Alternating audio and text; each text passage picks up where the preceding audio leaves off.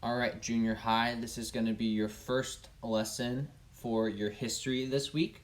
I'm going to have another one later on that'll go over your church history and your work packet. I'll go through the questions there and kind of explain them that way. Everyone's on the same page. But this first lesson is just going to be over the material itself. Now, I still want you to read through this lesson on your own. So this is just going to be a little bit of an explanation as to what we're discussing.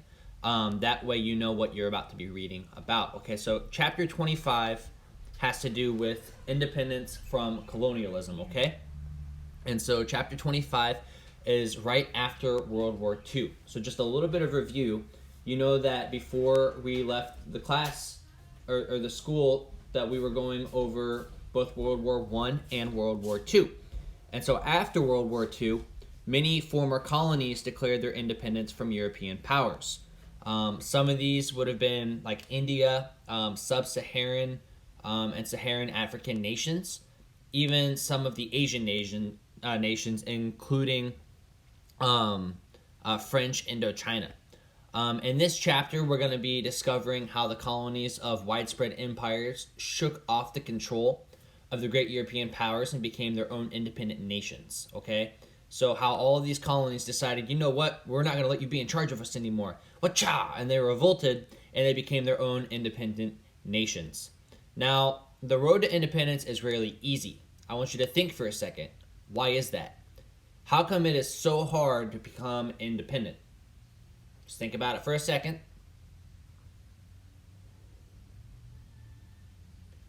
It's really difficult to become independent because whoever's in charge of you doesn't want to let you go, right? You bring in income because they can tax you. You do work in the different factories and jobs. And so when you leave, it makes it more difficult for the big, powerful people to stay in power because you're not there anymore. And so it's hard to become independent. Now, this was the case for these new countries as well. One of the longest and most devastating fights was the one in Vietnam, where the spread of communism complicated the scene, bringing interference and aid from foreign powers, okay? As we learned in our two previous chapters, the spread of communism across Eastern Europe created panic in many places in the rest of the world. As always, I encourage you to keep yourself in the time frame. So don't view this as history. Try to imagine like you're actually there when we're studying this, okay? It'll bring it to life and it'll help you understand it in a better way. It's easy for us to forget that we have the privilege of knowing how everything turned out. But in that moment and at that time, they had no idea how things were going to happen, okay? So we can look back and we can know, oh, this country became independent, or that country became independent, or this is the war that happened. But in that time, they're fighting and a bunch of people are dying and they don't even know if they're going to win. And so it'd be pretty scary, pretty discouraging for them, okay? So independence from colonialism.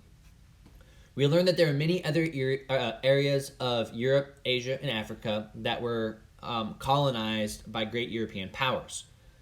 These areas were viewed as valuable reservoirs of natural resources, okay? We talked about how different locations in the world have different resources that they can farm or mine and then trade, okay? At the end of World War II, between the years of 1945 and 1960, dozens of new states in Africa and Asia gained independence or autonomy from the European colonial powers. One thing to remember about this time period of world history is this. The creation of the new independent or autonomous states altered the composition of the United Nations in a major way. Because remember, the United Nations was made up of all those different nations. And so when some of those nations kind of broke in half because some people became independent, then that meant that the entire thing was going to change. A good way to understand this is try to imagine that in the United States, we have 50 states. And so try to imagine if you had a couple of states, like if North Carolina suddenly said, you know what, we don't want to be one state anymore. You had certain cities that are like, we want to become independent. And all of a sudden you had North Carolina and a South Carolina and an East Carolina and a West Carolina. That'd be crazy. And then we'd have 52 states. And that would change the entire structure of our country because one state decided that it wanted to change some things up. So that's what was happening with the United Nations. All of these colonies decided, you know what, we're going to become independent. and it changed the structure of the United Nations. So some of these new countries occupied locations that were rich in resources, while others were dreadfully impoverished. Now that means they didn't have very many resources. They didn't have grass, they didn't have sheep, they didn't have spices or ore or iron or anything that they could mine. They didn't have anything. And so they were struggling a little bit, right? So during the colonization period, Western powers had oftentimes exploited the colonies with brutal tactics. Many times, the colonial populations were thought of as nothing more than the slaves whose sole purpose was to produce for the colonizing power. So the people weren't treated very well. One of the reasons why they wanted to become independent in the first place. So you can keep reading here. I want you to read through some stories of declaring independence. But another highlight that I want to hit is when we come down to this next paragraph right here. It says, before we move on to our next section about countries that established their independence, I want to take a few moments to focus on a key figure during this time in India's history. That would be Gandhi, okay? Now, I can't see your hands, but I'm sure that if I asked how many of you have heard of Gandhi before, pretty much all of you would raise your hand. Joseph would say something witty. Someone would ask, wait, who's Gandhi? But most of you probably know who he is, okay? So we're going to discuss him in a couple more details right now. Gandhi was considered to be the figurehead of Indian nationalism. Now, remember, nationalism is when you find your identity in basically where you're from rather than an individual identity. So Gandhi was basically considered the figurehead, or he was like so proud of where he was from that everyone was like, oh yeah, this is the guy who's leading our nationals right here, okay? He was a British educated lawyer, so he was a very smart man, and he led the country with his non-violent approach to gaining independence. One of the things that made Gandhi so different and why people liked him so much is he said, let's have freedom, but we're not going to be violent. We're going to be peaceful to get there, okay? We've talked a little bit in the past about the difference between war and diplomacy and how sometimes diplomacy is the better option. Sometimes war is your only option, right?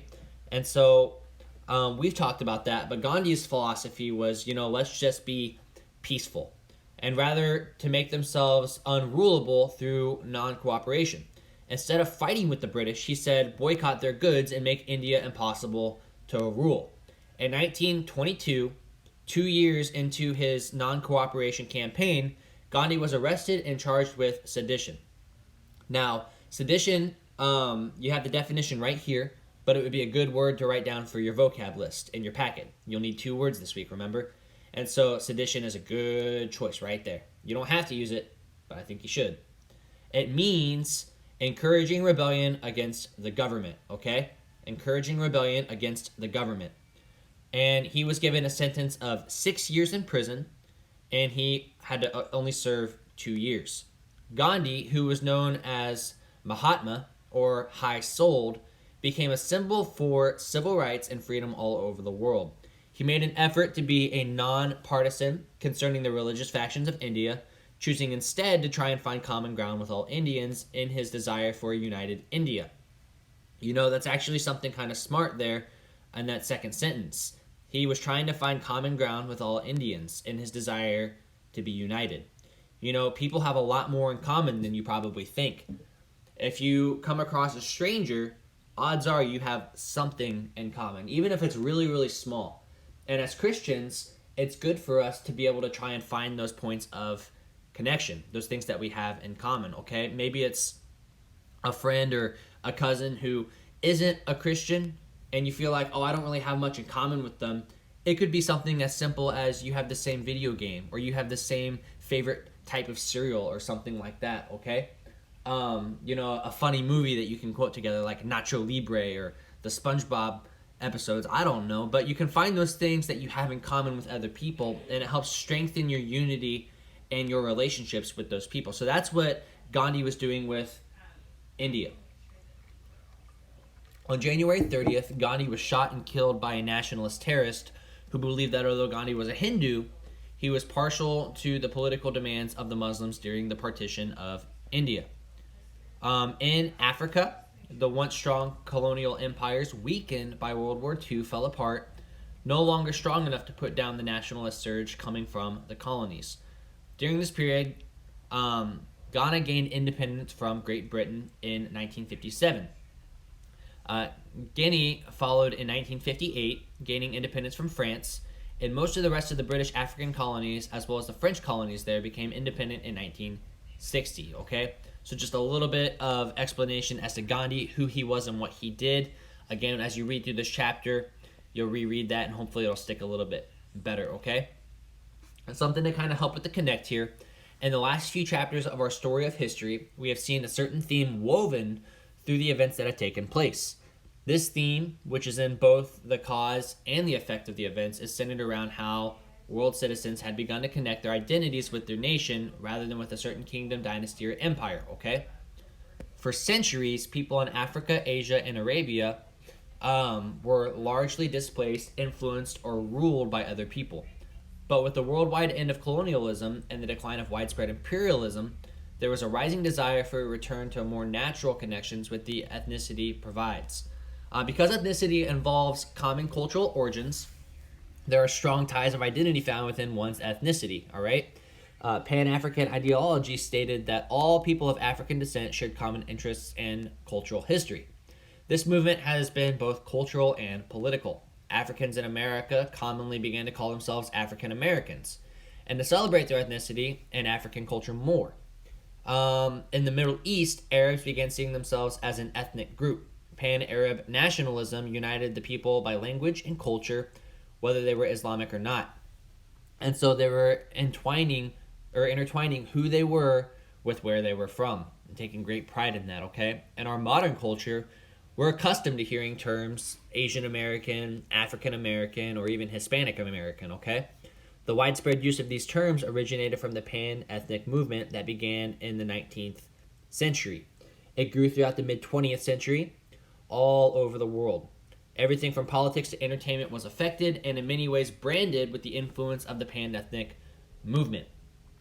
A clear example of these effects is in the world of African American music. Several genres of this music have roots in the Pan-African movement, and to this day is celebrated as part of their heritage. An example of the effect of the political world is how the United States government, as well as other governments in the world, gather data groups that they have created based on pan-ethnicity. Although there is a great variety inside each of those groups, data does show that there is often a commonality among their members, okay? So just talking a little bit more about nationalism, how nationalism even stuck with people as they transferred from one location to another, all right? So as you continue reading, you're just going to learn a little bit more about some of these different groups that became independent, but that is the theme of this chapter, is fighting for independence from colonialism. So I want you to continue reading through some of these paragraphs on your own, and then later this week, I will put out a video going over our church history, as well as explaining and walking through your packets for you, okay? So let me know if you have any questions about the material. I just wanted to make sure you understood what you were reading about before you went on reading it. So again, call me, text me, email me. I don't really care. Just try and get in touch with me if you need any help or if you have any questions. But for now, just focus on the reading. And then when that second video comes out going over the packet, then you can start working on that too, okay? All right, we will talk to you later on. And I hope that you enjoy the material.